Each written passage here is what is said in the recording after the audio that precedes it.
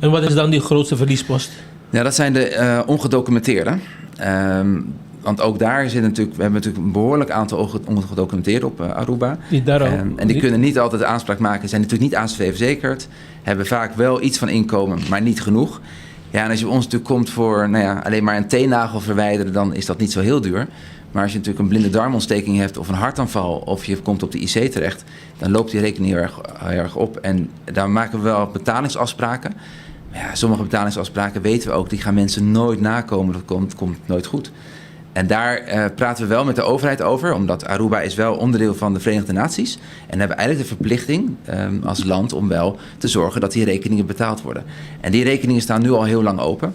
En dat is natuurlijk eigenlijk wel geld wat we nodig hebben en dat eigenlijk van de bevolking is. Want wij zijn geen liefdadigheidsstichting, dus het geld moet ergens vandaan komen. Dus als het geld niet van links komt, dan moeten we het weghalen van rechts.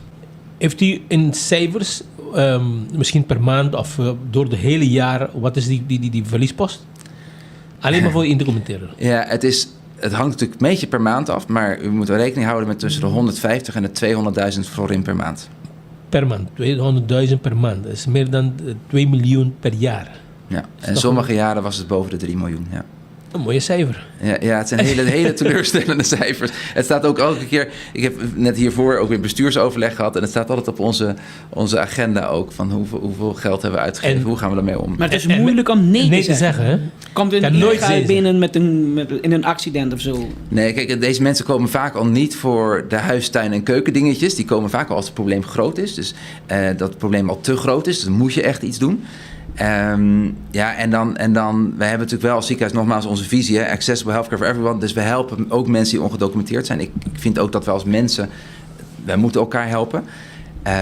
Maar ja, we moeten wel met elkaar ook wel eerlijk het gesprek aangaan van hoe gaan we het dan bekostigen. Want anders worden andere mensen uiteindelijk wel heel erg de dupe daarvan.